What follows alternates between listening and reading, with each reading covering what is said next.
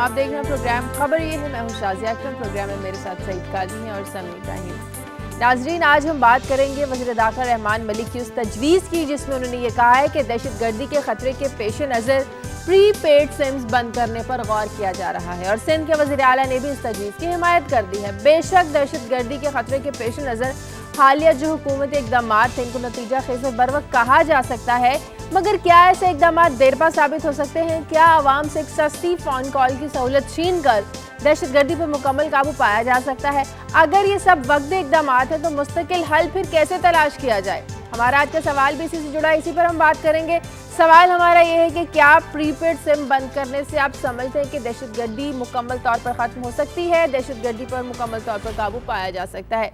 हमारे सवाल पर अपनी राय दीजिए, ईमेल कीजिए, SMS कीजिए या टेलीफोन कॉल के जरिए हमारे सवाल का जवाब दीजिए। इसके अलावा और बहुत सी खबरें आपके साथ शेयर करने के लिए सबसे पहले काजी साहब से पूछते हैं। शाजिया, सबसे पहले तो एक खबर की बात करेंगे जिससे बड़ा बेतफसील शाया किया है बड़े अहम अमरीकी अखबार ने, और उसमें उसने ये बताया है कि, और उसमें हमारे जो लोग हैं उनको कोट भी किया है कि कैसे नेटो सप्लाईज़ यहाँ पे काले धन की मैशत को बढ़ावा दे रही हैं। अच्छा। और किस तरह वो असला जो वहाँ से आके यहाँ पे जो 70% असला यहाँ स्मगल होके आता है। ये बातें हो चुकी, मगर मैं ख़ास तौर पर इस स्टोरी के ज़िमन में बात करूँगा कि इस काले धन की मैशत का, जैसे FBR तकरीबन 50% कह रहा है हमारी टोटल मैशत का, मगर इससे ये बढ़कर है, उसका हमारी मैशत और सियासत पे क्या असर हो रहा है, इस पर बात करेंगे। और फिर शाजिया हम बात करेंगे कि एक जो लिंचिंग हुई है इस टंडो आदम खेल में, हमने देखा कि सियालकोट जैसा वाक़या हुआ है,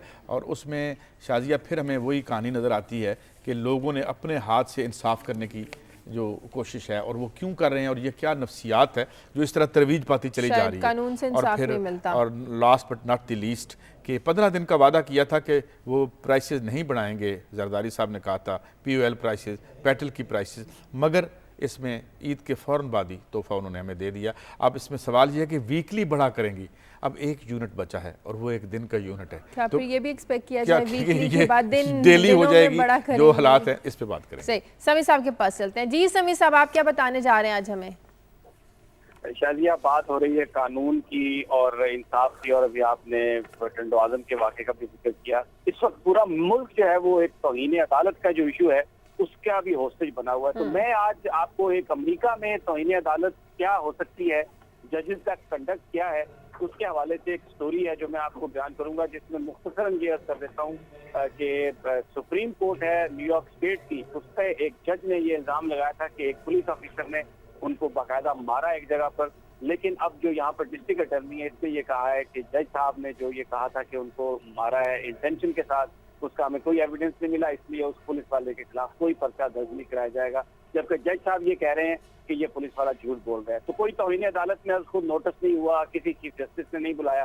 जरा इस पर नजर डालेंगे कि ये तौहीन अदालत का कानून क्या है, पाकिस्तान में इसकी जो इम्प्लीकेशन है वो इस कदर इतनी ज्यादा क्यों है। और दूसरा मैं तज़किरा करूंगा एक नई छपने वाली किताब का, जिसमें ये दावा किया गया है कि ओसामा बिन लादेन की हलाकत के लिए जो एबटाबाद में ऑपरेशन किया गया था उसमें पाकिस्तान आर्मी का रोल अभी तक कम बयान किया गया है। दर हकीकत उसमें पाकिस्तान की फोर्सेस का बहुत बड़ा रोल था, और खास तौर पर एक कर्नल है ISI के, जिन्होंने जो इस्लामाबाद में CIA स्टेशन कमांडर का ऑफिस है उसमें जाकर इंफॉर्मेशन दी, जिसके बाद एक महीने के अंदर अंदर ये ऑपरेशन हो गया। जी ठीक है, ठीक है, इस पर आते हैं, ब्रेक के बाद आते हैं, ब्रेक के बाद आकर बात करेंगे। लेकिन सबसे पहले हम जिस खबर पर बात करेंगे वो ये है कि क्या प्रीपेड सिम्स बंद करना ही दहशतगर्दी को खत्म करने का एक वाहिद रास्ता रह गया है? एक ब्रेक के बाद।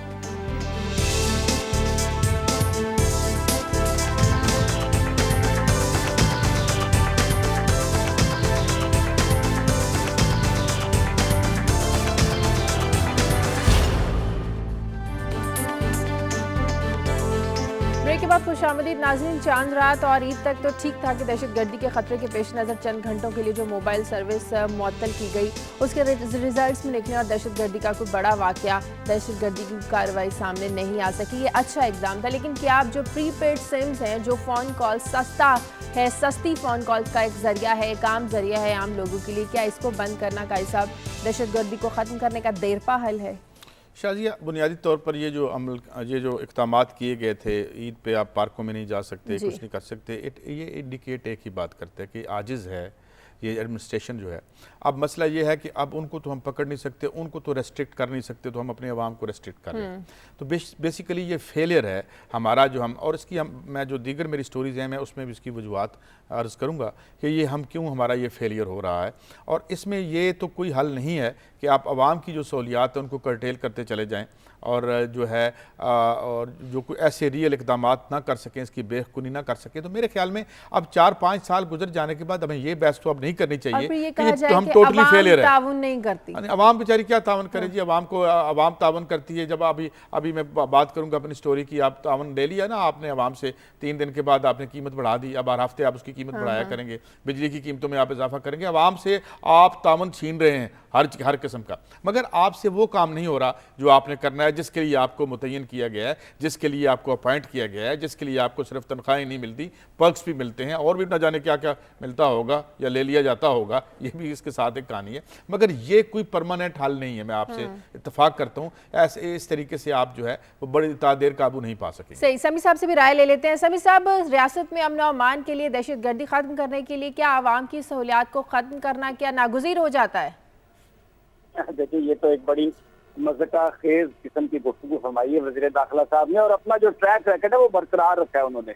इस किस्म की नॉन सीरियस प्रपोजल बड़ा उनका टेलीफोन लाइन्स और ये सिम्स और टेली कम्युनिकेशन का जो बिजनेस है ना, इसमें मैं आपको ये याद दिलाऊं कि रहमान मलिक साहब के नाम से बड़े स्कैंडल हैं, और वजारत दाखिला के जो लोग हैं वो ये कहा जाता है कि बहुत सारी जो हमारी कॉल्स आती हैं बाहर से या होती हैं वो इलीगली, उनका जो पैसा पाकिस्तान की जो टेली कम्युनिकेशन अथॉरिटी है उसको नहीं जाता, और वो सारा कुछ इस किस्म के लोगों के जेबों में और उनके अकाउंट में चला जाता है। तो ये तो एक बड़ी इंतहाई फजूल बात है कि जी आप प्रीपेड सिम जो है उसको आप खत्म कर दें। तो अगर आपने सेफ्टी मेजर्स लेने हैं तो समी साहब आप प्रीपेड में भी ले सकते हैं, सिर्फ पोस्टपेड में नहीं। समी साहब ने एक बड़ी अहम बात आपने पॉइंट आउट की, जरा इसकी वजाहत कर दीजिएगा हमारे नाज़रीन के लिए कि ये जो सिस्टम है इसके बारे में मैंने भी सुना कि बड़े बड़े माजी में भी स्कैम हुए कि जो पैरेलल लाइंस जो है एस्टैब्लिश कर दी जाती हैं और वो पैसा रियासत को या रियासती इदारों को नहीं जाता बल्कि लोगों की जेब में चला जाता है। इसमें जरा वजाहत से बात करेंगे आप?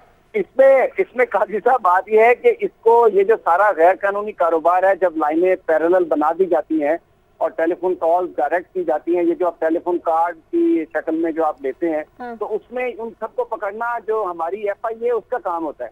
तो वजारत दाखिला ने तो बिल्कुल उस जगह पर जाना ही नहीं है, उनके जो FIA वालों ने, जहाँ पर उन्हें ये पता चलता है कि ये उनके अपने बंदों ने गैर कानूनी पैरेलल लाइन बनाई हुई है, वो छोटी सी मिनी एक्सचेंज कायम हो जाती है और उससे जो कॉल्स हैं वो डाइवर्ट कर दी जाती है, और वो उसका जो सारी जो उसकी इनकम है वो लाखों रुपए, करोड़ों रुपए डेली के हिसाब से काजी साहब वो चंद हाथों में चली जाती है। मैं इस पर एक हवाला एक प्रोग्राम करके इसका पूरा मैकेनिज्म बयान कर सकते हैं कि किस तरीके से ये पैसे लिए जाते हैं। तो बजाय इसके कि आप प्रीपेड सिम जो एक गरीब आदमी को कोई या किसी आम आदमी के लिए एक सहूलत है उसको आप बंद करें। हाँ, सही। दहशतगर्दी के नाम पर मेरा ख्याल सभी साहब, ये जो मैं आपकी बात समझा हूँ, जिस तरह मेरी नाकिस अक्ल जो है आपके मुताबिक, वो ये है कि इनको बंद करने से वो फैसिलिटेट होंगे, बहुत ज्यादा फैसिलिटेट होंगे, और फिर जो टेली कम्युनिकेशन कंपनी है देखो उनका कारोबार मुतासर होगा। हमारी जो फॉरेन इन्वेस्टमेंट सबसे ज्यादा इसी में हुई है। ये एक ऐसा काम करने जा रही है पाकिस्तान की वजारत दाखिला, अगर ये हो गया खुदा ना खास्ता तो पाकिस्तान में जो कोई रत्ती भर इन्वेस्टमेंट बाहर से आ रही है वो भी नहीं आएगी। मगर अज़राए तफन्नुन ये बता दें कि ये जो जमहूरियत के हुस्न की तरफ आपने इशारा किया है, इससे भी निजात नहीं मिलेगी गोया हमें। ये जमहूरियत का हुस्न नहीं है मेरे भाई, ये करप्शन है। इस करप्शन ने जमहूरियत को दागदार किया है, और इस करप्शन की वजह से आप जैसे हमारे जो दोस्त हैं उनको मौका मिला है जमहूरियत को बुरा भला कहने का। ये जमहूरियत का हुस्न नहीं है, ये चंद करप्ट लोगों की कारस्तानियां हैं जमहूरियत का मुंह बदनाम करने के लिए। सही। कॉलर है अमेरिका से रिजवान। हेलो, अस्सलाम वालेकुम जी। मैं एक दो बातें करना चाहता हूँ। एक तो ये जो फैसला है वजारत दाखिला का, आपके बड़े मोहतरम समी इब्राहिम साहब और शहीद काजी साहब बड़ी अच्छी सैरासल गुफ्तगू कर रहे हैं, तो इसके बारे में तो सिर्फ इतना कहूँगा कि वो कहते हैं common sense is not all that common. तो अगर इनमें कॉमन सेंस होती हमारे वजीर दाखिला में और बाकी अहबाब में, तो हमारा मुल्क इस जगह पे ना पहुंचा होता और जमहूरियत के ऊपर इस तरह के इल्जामात ना लग रहे होते जो आज ये लग रहे हैं। ये सही फरमाया इन्होंने कि ये इन जैसे लोगों की वजह से है, इसमें कसूर जमहूरियत का नहीं है। दूसरी जल्दी से एक मुख्तर सी बात ये करूंगा कि ये जो लोग आज डंडू आजम में मारे गए हैं, ये एक ऐसा भयानक और खौफनाक कल्चर है जिसके बीच हमने आज से बहुत पहले हमारे एक मरहूम जनरल ज़िया ने, मेरा ख्याल है कि वो जो थे वो सीड कर दिए, सीड इम्प्लांट कर दिए थे, और उसकी फिरका वारियत की और अदम बर्दाश्त की जो सही, बिल्कुल वो उन्होंने हमारे अंदर जो डाल दी थी अपने उन मफादात की खातर जिनको आज तक कोई पाकिस्तानी नहीं समझ सका। सही, बहुत शुक्रिया रिजवान। आपका एक और कॉलर है लाहौर से, रियाज। हेलो। अस्सलाम वालेकुम। जी वालेकुम सलाम। जी रियाज। सर मेरा ये सवाल है, जवाब मैं देना चाह रहा हूँ कि जो रहमान मलिक साहब ने बयान दिया है कि प्रीपेड सिमें खत्म हो रही हैं। जी बोलिए। उनकी कॉल कट गई। अवाम इसको बिल्कुल भी सपोर्ट नहीं करने वाले। अब आप देखें ना जिस तरीके से कॉल्स आ रही हैं और जाहिर है कि लोग 100 रुपए का भी 10 रुपए का प्रीपेड भी ले लेते हैं। आप अब आम आदमी फोन को हमने बना लिया, देखिए ना अब हमने हर आदमी की एक बन गई, कोई 8 करोड़ से नहीं बताते हैं यहाँ पे हैं, तो चले फोन को 4-5 करोड़ इतने हो तो होंगे, तो ये एक बन गया, अब वे ऑफ लाइफ बन गया है। अब इसमें ये होता है कि लोगों के इनकम ग्रुप्स जो हैं हमारे पास, हम जानते हैं क्या है कि जो है अगर 70-80% लोग 8,000 रुपए या 5,000-6,000 रुपए माना कमाते हैं, तो वो तो 3,000 रुपए का, अब पहले वो 2,500 3,000 रुपए नहीं 3,000 रुपए का तो वो बिजली का बिल दे रहे हैं भाई, और जो बढ़ रहा है और हर महीने बढ़ रहा है, और पेट्रोल बढ़ रहा है, मीन्स ऑफ कम्युनिकेशन है, जो वैगन में भी अगर वो बैठते हैं तो उनकी, और ये आप प्रीपेड लें 500,000 लें, प्रीपेड तो पोस्टपेड लें, उसके पहले सिक्योरिटी रखवाएं आप, उसके बाद आप मंथली उसका पे करें। जिस मेरे ख्याल में डायमेंशन पे समी साहब ने बड़े इंपॉर्टेंट बात की है कि ये जो इलीगल, यहाँ पे यही बात है कि क्राइसिस में अर्ज कर चुका हूं इससे पहले कि आप क्राइसिस के बेनिफिशियरी हैं। एक क्राइसिस से कुछ बेनिफिट करने वाले लोग होते हैं, तो इस दहशतगर्दी से कौन बेनिफिट कर रहा है? आज मेरी मेन स्टोरी भी इसी पे है कि कैसे घुन की तरह हमारी मैशत को उसने खाया, और ये जो आज हम जमहूरियत की और जो फरोई 2 नंबर बैसे शुरू हो जाती हैं, जमहूरियत और डिक्टेटरशिप, वो कुछ नहीं है, वो काले धन की डिक्टेटरशिप है जिसके नीचे डिक्टेटरशिप भी पिसती है, जमहूरियत भी पिसती है, और ये बेमानी कॉन्सेप्ट बन के रह जाते हैं। तो इस पर भी अगर अवाम ज़ाहिर ताउन नहीं करेगी तो इस तरह का फैसला नहीं लेंगे। समी साहब, आप ये समझते हैं कि अवाम का ताउन इसमें ज़ाहिर जरूरी होगा? नहीं शाजिया, आवाम का ताउन तो जरूरी होता है दहशतगर्दी के खात्मे के लिए। ये बिल्कुल जो तमाम जहाँ जहाँ दहशतगर्दी हुई वहाँ पे लोगों ने अपना रोल प्ले किया, अपनी आंखें खुली रखी और वो बात काबू में आई। लेकिन ये जो सिमों वाला मामला जो भी आपने जिक्र किया, इसमें जो भी आदमी शाजिया जो अपनी एक सिम लेता है, अपनी पेड सिम, वो अपने बजट पर उसको कंट्रोल होता है। आपने 100 रुपए का कार्ड डलवाया, उसमें जब आपका 100 रुपए खत्म हो गया तो आपको पता है कि इससे ज्यादा मुझे बिल नहीं आएगा। जो पोस्ट पेड होता है उसमें आपको ट्रैक ही नहीं आप रख सकते, आप रिलैक्स हो जाते हैं कि कितना आपका बिल आएगा। और दूसरा उसका जो रेट है वो बड़ा मुख्तलिफ है। और फिर प्रीपेड का ये है कि आप सिम में अगर कोई कहीं से भी आपको कोई अच्छा ऑप्शन आया है, कोई किसी ने पैकेज दिया है किसी दिन, तो आप उसको ले सकते हैं, उस टेलीफोन कंपनी की सिम ले सकते हैं।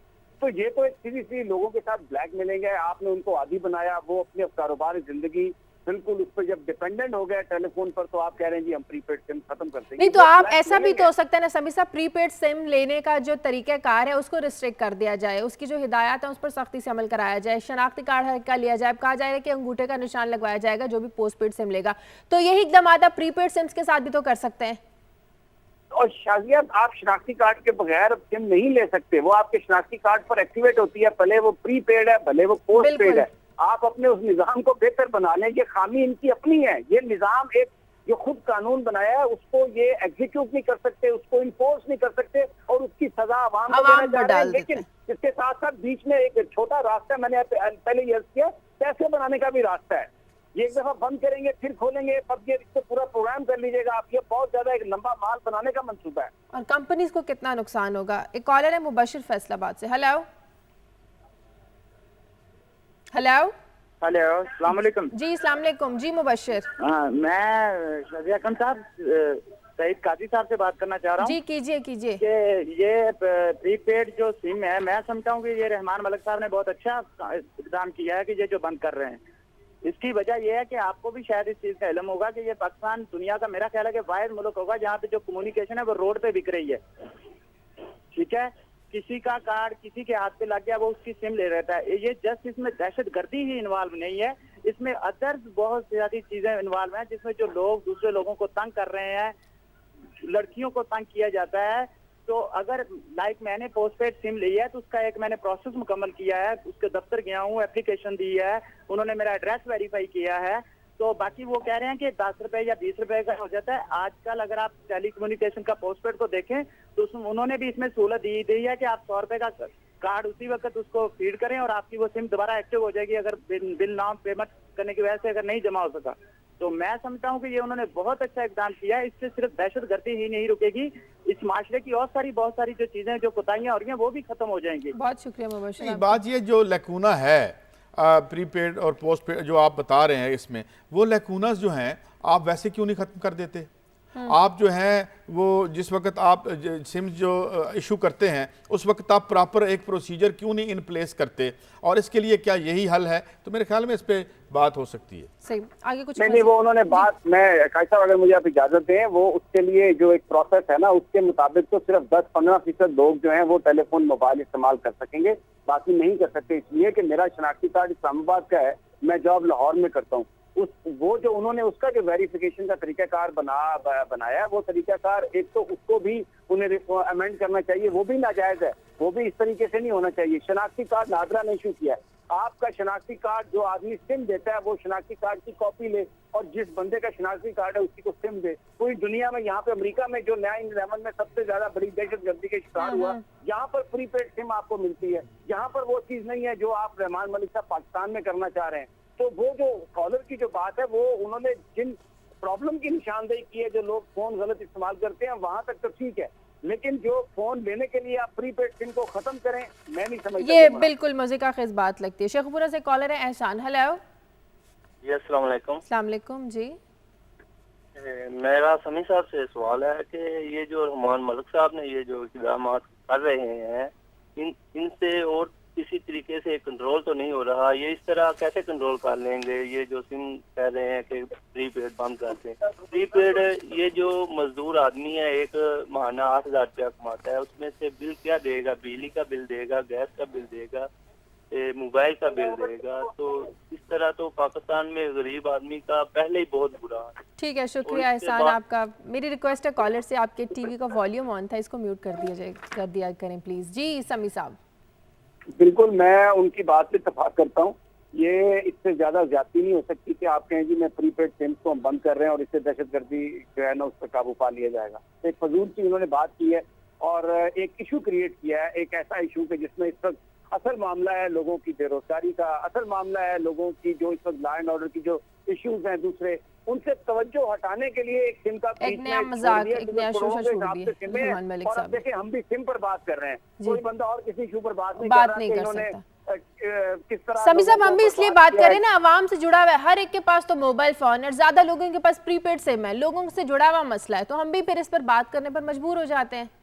ये मुझे शादिया याद आ रहा है, एक यूनानी तरीका इलाज हमारे दोस्त बताते होते थे कि अगर पेट में दर्द हो रहा है ना तो यूनानी तरीका, उनसे पूछा वो क्या कहने लगे, सर पे डंडा मारो, तो उससे सर में इतनी ज्यादा आपको शदीद दर्द होगी कि आप पेट का दर्द भूल जाएंगे। ये किया रहमान मलिक साहब। बिल्कुल रहमान मलिक साहब ने ऐसे किया। जरा अपनी खबरों की तरफ तो आ हाँ, मैं ये खबर शाजिया बताना चाह रहा हूँ आपको, जिसको पॉइंट, ये खबर तो थी मगर अब चूँकि इसको इकट्ठा करके मार्केट में फेंका है, क्रिश्चियन साइंस मॉनिटर जो एक अखबार है, कि कैसे काले धन की मैशत हमारे मुल्क में पनप रही है, बढ़ रही है इन नेटो सप्लाईज की वजह से, और ख़ास तौर पर जो असले की ब्लैक मार्केट है उसमें बड़ी आई ओपनिंग है ये फिगर्स।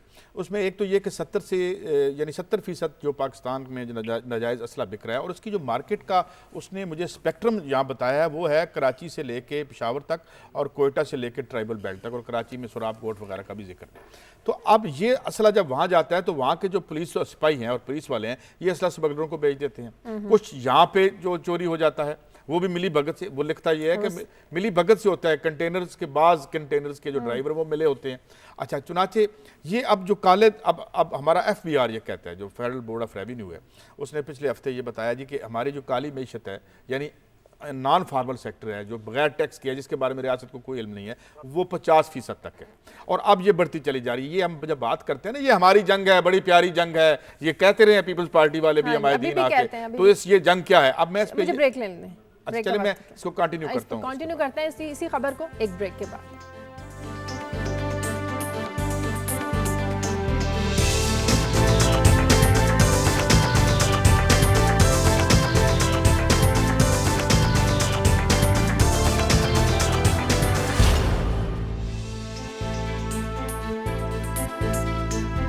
ब्रेक के बाद खुशामदीद। इस्लामाबाद से कॉलर है अली। हेलो, अस्सलाम वालेकुम।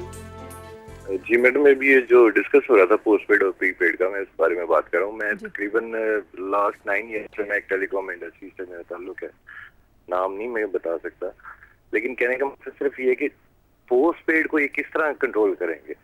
हम जानते हैं कि पोस्ट पेड भी इस टाइम पे इतने फेक नंबर चल रहे हैं कि मतलब उसको ये अंदाजा ही नहीं लगा सकते।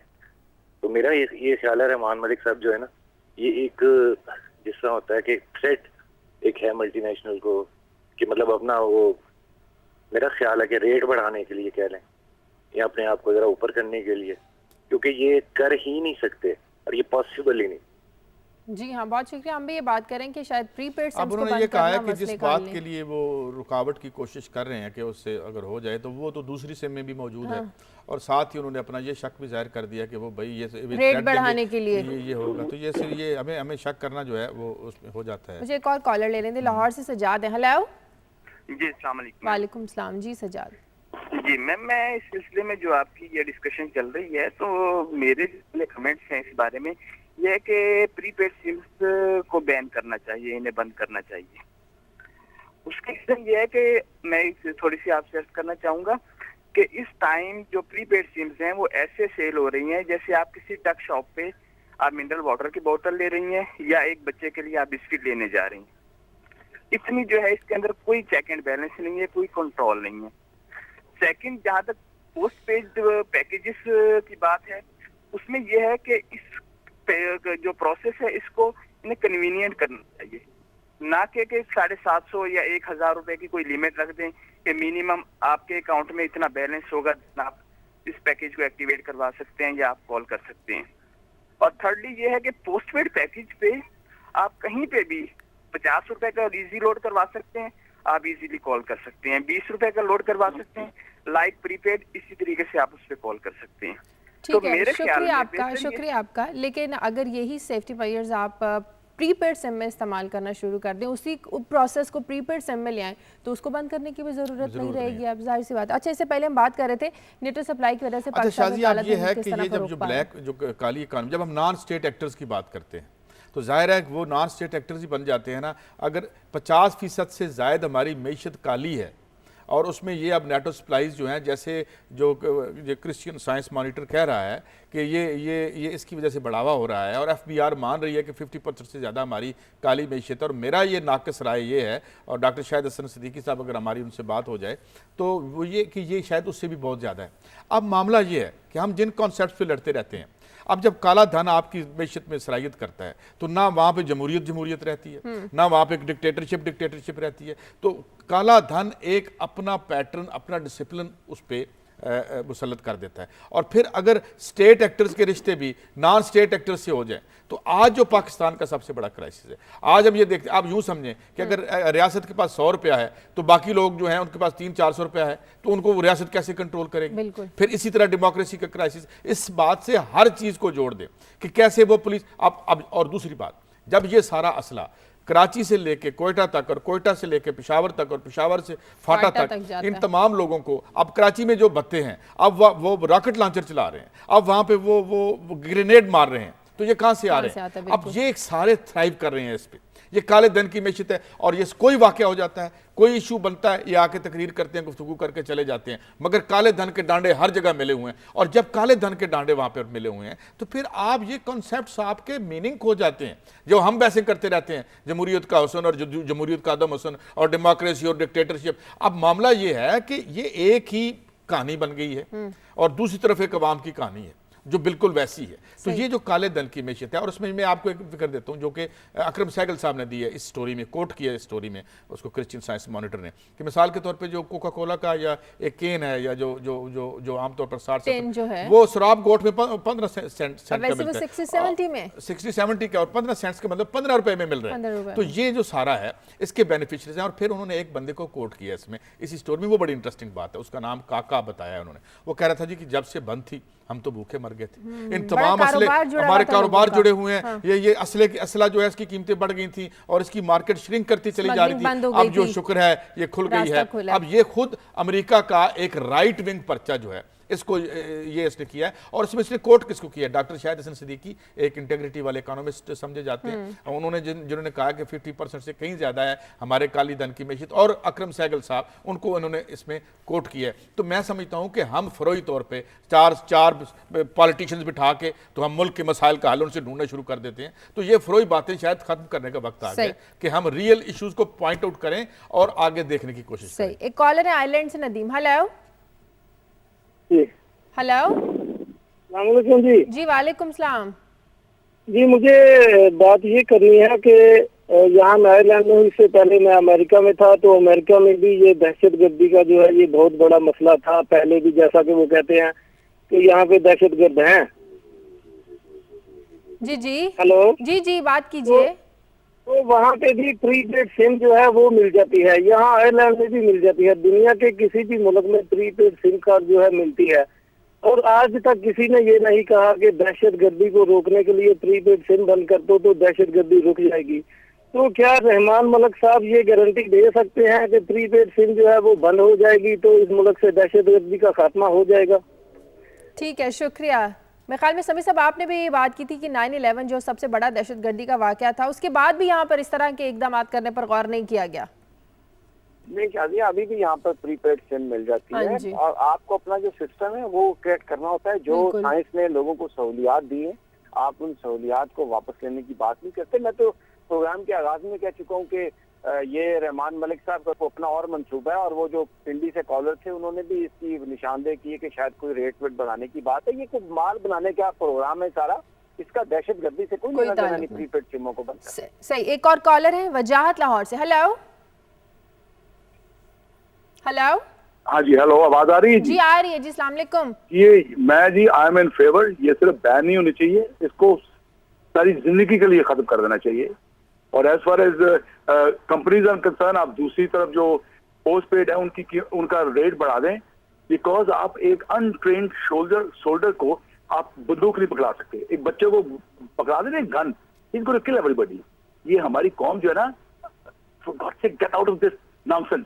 ये अनट्रेन किस्म के, अनकूथ किस्म के लोग हैं हम, समझे, ये बार्बेरियंस।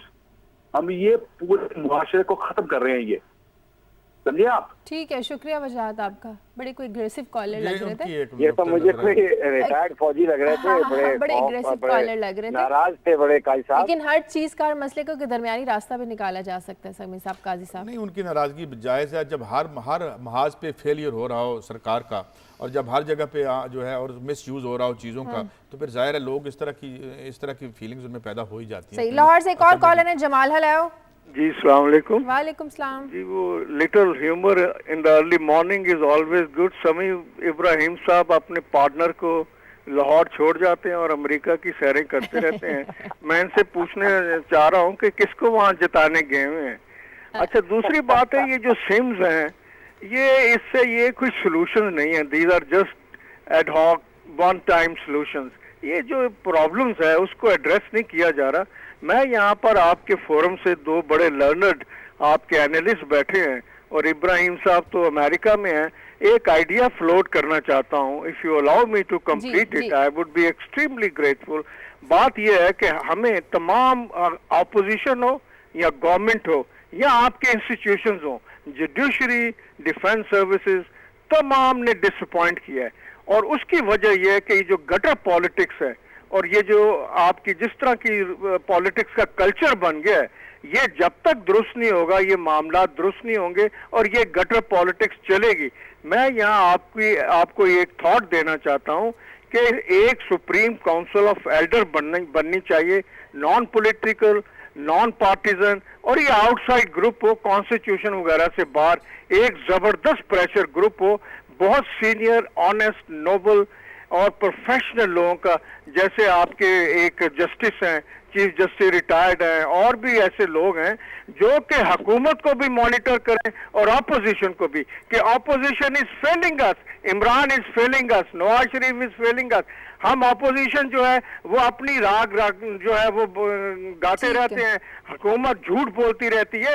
ये जरूरत है लोगों को बताया जाए कि कौन गलत है, कौन सही है। जुडिशरी कहाँ एक्ट नहीं कर रही, कौन टारगेट किलर है, कौन बदतखोर है, जिसको आप इनोसेंट बना रहे हैं। मीडिया में कौन लोग पावरफुल हैं जिनके जो स्क्रिप्ट लिख के देते हैं। शुक्रिया जमाल साहब, आपका बहुत शुक्रिया। देखिए, ये जो ग्रैंड काउंसिल बनाने की बात की, बहुत अरसे पहले जनरल हमीद गुल साहब ने ये बात की थी कि एक काउंसिल ऑफ जो है वो एक ग्रैंड एजेंडा हो और एक ग्रैंड काउंसिल बना दी जाए। उस पर मैंने एक कॉलम भी लिखा था, grand council omelette, grand council agenda और आमलेट और अंडा टाइप का।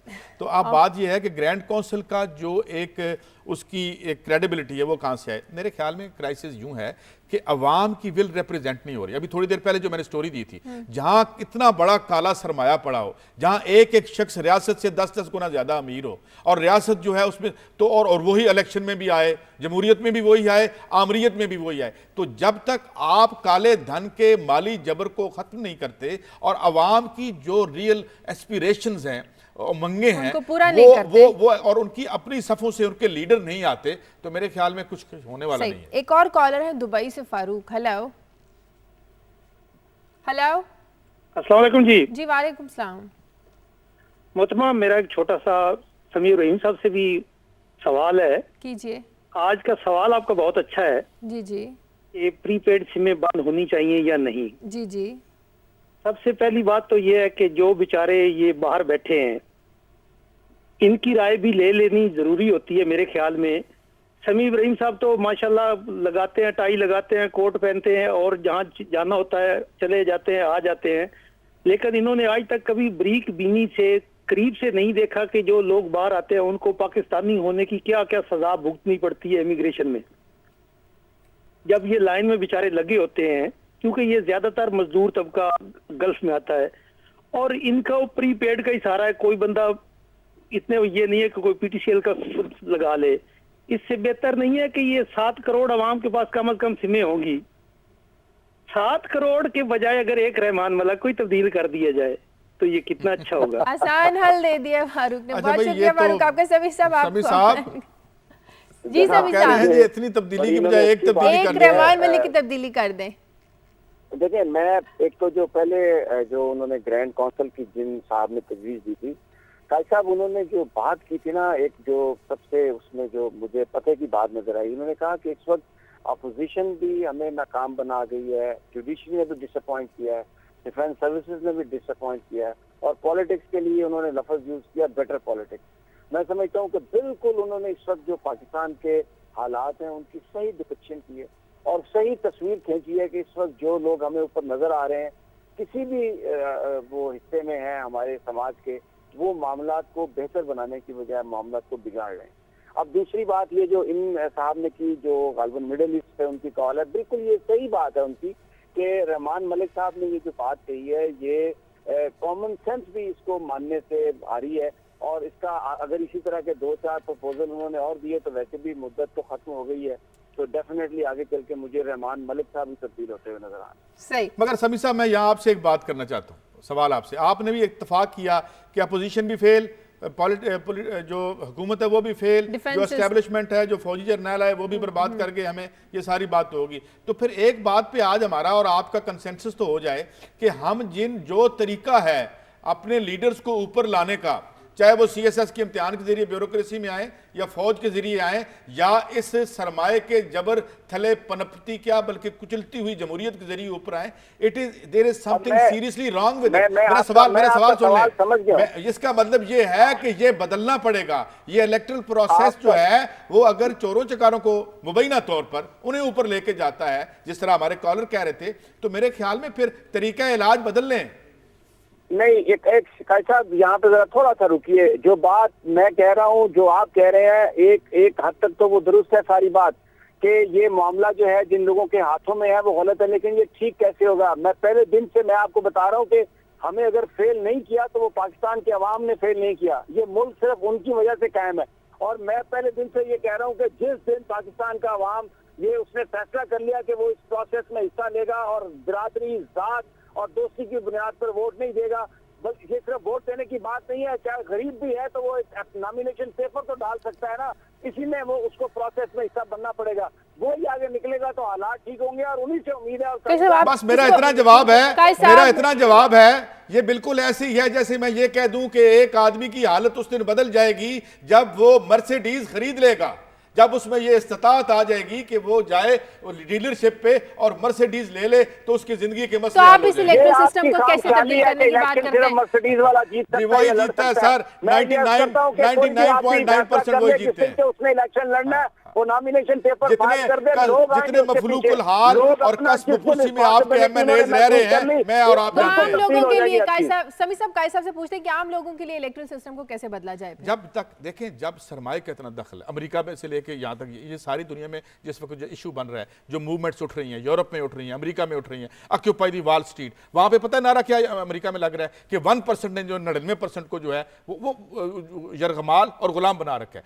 1% की बात हो रही है, उसकी क्या वजह है? ये 1% क्यों, एक मिनट, ये 1% क्यों मुसलत है? खबरें मैं ये आपके साथ, क्योंकि मैं अमेरिका में इलेक्शन प्रोसेस को देख भी रहा हूँ, मैं जरूर आपके साथ अगले प्रोग्राम में बहस करूंगा। मुझे अगर आप इजाजत दें तो ये मैं एक जो यहाँ पर एक पाकिस्तान के अंदर भी आजकल बड़ा करंट इशू है, तौहीन अदालत, एक वज़ीर आज़म घर जा चुका है, दूसरा जाने के करीब है। अगर इजाजत है तो मैं इस खबर की जी कीजिए समी साहब।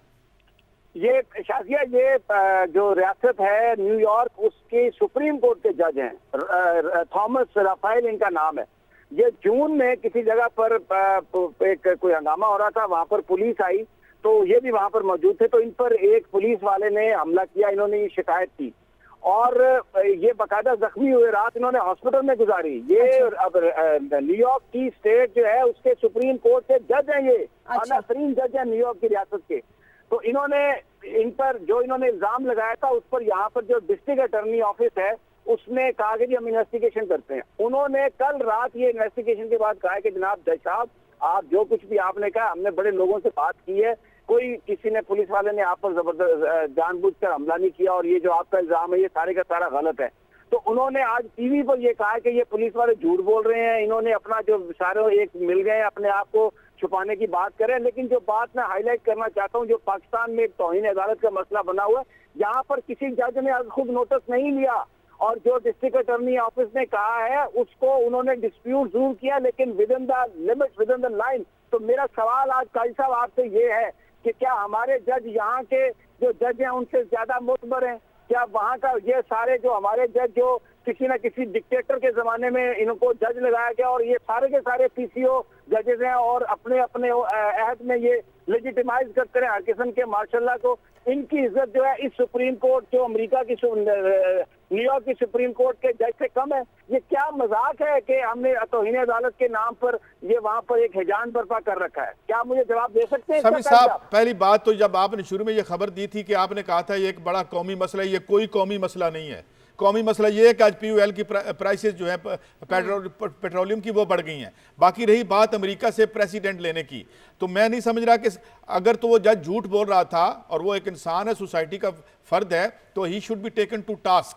लेकिन अगर हम इससे ये सबक उठा लें कि यहाँ जज पे पुलिस वाला हमला कर दे तो ये भी गलत होगा, मगर ये कोई कौमी इशू नहीं है। मैं आपसे सिंपल ये कहना चाह रहा हूँ कि ये जो तौहीन अदालत, आपने तो ये कह के एक तरफ बाल फेंक दी ना कि जी ये तो अवाम का मसला नहीं है, एक वज़ीर आज़म घर चला गया, दूसरा जाने वाला, पूरा सिस्टम क्रम्बल कर रहा है, आप कह रहे हैं कि ये वो उसका मसला नहीं है। मेरा सिर्फ एक सवाल है, मैं दूसरी बहस में नहीं जाता, टाइम कम है, कि क्या तौहीन अदालत के हवाले से अदालतों के जो इख्तियारात हैं या इज्जत है उसके हवाले से जो अमरीकी कौम है ये बेबहरा है? मुझे ये बताएं, मुझे ये बताएं, मैं आपसे काउंटर क्वेश्चन करता हूं। जो टोला है वो ज्यादा अहम है। समी साहब, मैं एक रिपोर्ट पढ़ रहा था, मैं इससे जोड़ के बात करता हूं कि 23 लाख जो अमेरिकी कैदी हैं, वॉल स्ट्रीट उनकी जेलों में जो है इतनी उनके 25 सेंट्स उनको देता है, उन पे जुल्म करता है और वो प्रोडक्ट्स बिकती है मिलियंस ऑफ डॉलर। अमेरिका में सारे काम ठीक नहीं हो रहे, मेरे कहने का मकसद ये है, वहां भी जुर्म हो रहे हैं और रियासत अवाम के खिलाफ जुर्म कर रही है। मगर मैं ये नहीं कह रहा, मगर मैं आपसे ये कह रहा हूं कि प्राइम मिनिस्टर का घर जाना, रहना, अब ये अवाम के मसले आपने नहीं बना रखे। अगर प्राइम मिनिस्टर और अगर ये हुकूमतें अवाम को फैसिलिटेट करती और पहले 15 दिन, पहले महीने में कीमत बढ़ती थी POL की, फिर 15 दिन बाद बढ़नी शुरू होगी, अब हफ्ते में बढ़ेगी और फिर एक दिन बाद बढ़ेगी। तो ये इश्यूज है। वो मैं समझता हूँ काजी साहब, वो मैं समझता हूँ, जजेस का या और कोई जर्नलों का नाम आए तो आप उस पर खुलकर कभी भी बात नहीं करेंगे, वो मैं आपका वो इशू समझता हूँ। लेकिन मैं सिंपल ये कहना चाह रहा हूँ कि क्या ये जो कौम है इनको एहसास नहीं है बुनियादी तौर पर जो हमारे यहाँ शायद चीजें एग्जेजरेट की जा रही हैं, और फिर आप अपना जब आपकी अपनी काले धन की समीर साहब, रियासती धड़ों की लड़ाई है, पर हो गया, स्टेट इंस्टीट्यूशन बड़ी मिसालें देते रहे, और जब जजेस की बात आई तो आप कह रहे हैं कि नहीं जी अमेरिका की हर बात तो बेहतर नहीं होती। बात सुने ना, रियासत के इंस्टीट्यूशंस की लड़ाई है, आपस में वो लड़ रहे हैं, ये सब बात सामने आ गई है, इसमें गलत कौन और सही। अब आपने ए के साथ होना है तो ए के साथ हो जाए, बी के साथ होना है तो बी के साथ हो जाए, मगर मैं उस सी के साथ हूं जिसके साथ कोई नहीं है, और वो अवाम है, ना उसके साथ जर्नैल है, ना उसके साथ उसका लीडर है, ना उसके साथ कोई और इंस्टीट्यूशन है। सब वक्त कम रह गया, हमें वो स्टोरी करनी है, वो जो टंडू आदम वाली जो हाँ शादी, उसमें एक ऐसे इशू हुआ जिस तरह सियालकोट में कुछ अर्से पहले हुआ था। पहले तो ये स्टोरी ये देखे कि एक घर में कोई मेहमान आते हैं और उसमें एक खातून है और एक कोई शख्स है, और घर वाले जो अहले मोहल्ला हैं वो किसी शक की बुनियाद पे उनके घर का बाहर से दरवाज़ा बंद कर देते हैं। ये हमें अभी चली भी है। और उसके बाद पुलिस को बुलाने चले जाते हैं, और मीनवाइल जो मेहमान हैं वो खोलने की कोशिश करते हैं। ये तफसील हमें अभी आएगी। और वो जो असल मालिक हैं वो भी तशरीफ़ ले आते हैं। वाट एवर वहाँ पर कोई क्राइम हो रहा था या नहीं हो रहा था, अगर हो रहा था तो उन्होंने पुलिस को इतला दे दी, वेरी गुड, पुलिस आके वेरीफाई करे क्या जंगल का समाज बना के रख दिया हमने, और फिर हम एक दूसरे के घरों में क्यों घुसते रहते हैं, अपने घरों में हम तक क्यों नहीं महदूद रहे। और फिर यहाँ तक नहीं कि वो झगड़ा इतना बड़ा कि वो जो मालिक मकान था उसको लिंच कर दिया, उसको डंडे मार दिया। 2 अस्के अजीज जो हैं वो क्रिटिकल कंडीशन में घरों में पड़े हैं। अब पता चला 35 लोगों पे जो है वो मुकदमा हो गया। तो ये जो अभी एक कॉलर सियालकोट की तर्ज का, और अभी एक कॉलर ने और बात की थी कि ये इस इंतहा पसंदी लोगों के मामलात में जो इस तरह से प्रोब करना, ये जिस तरह ये ज़िया-उल-हक की बात कर रहे थे कि उनके ऐद से ये कहानी शुरू हुई हमारे, जिस तरह एक कॉलर ने कहा, तो मैं ये समझता हूँ ये अब ये वाक़यात इतने बढ़ते चले जा रहे हैं और इतने तकलीफदेह हो गए हैं कि और फिर शायद खुद ही इंसाफ करना शुरू हो गया, सड़कों पर लोगों को मार कर।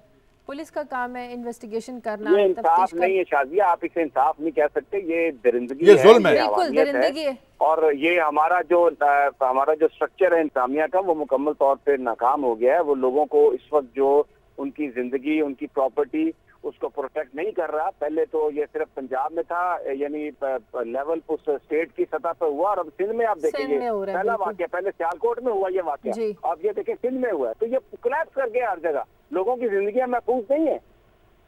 तो लोगों की जिंदगियों के साथ दरिंदगी भी तो आम आवाम ही कर रहे हैं, जिसे रोकना भी तो रियासत का काम है, पुलिस का काम है, पुलिस का काम होता है, लेकिन रियासत वो काम नहीं कर रही। बिल्कुल। मैं शादिया एक खबर, अब टाइम खत्म हो गया, मैं सिर्फ इतना करना चाहता हूँ, एक नई किताब आई है, वॉल स्ट्रीट जर्नल के एक रिपोर्टर हैं रिचर्ड मिंटर, उनका लीडिंग बिहाइंड एनिमी, उसमें उन्होंने ये इंकशाफ किया कि पहली दफा ये हुआ है कि ISI के एक कर्नल थे जो गए CIA के स्टेशन कमांडर के ऑफिस में, और उन्होंने जाके ओसामा बिन लादेन के बारे में मालूमात दी, जिसके फिर 1 महीने के अंदर अंदर ये ऑपरेशन हुआ। और उस किताब के मुताबिक ये है कि ये बेसिकली जो पाकिस्तान की फौज है इसका बड़ा हाथ है ओसामा बिन लादेन को पकड़ने का, और उनके किरदार को, उनके रोल को ज्यादा हाईलाइट नहीं किया गया, लेकिन ये उनका रोल ही था जिसकी वजह से जो फौजी इमदाद थी उसको भी बंद नहीं किया गया।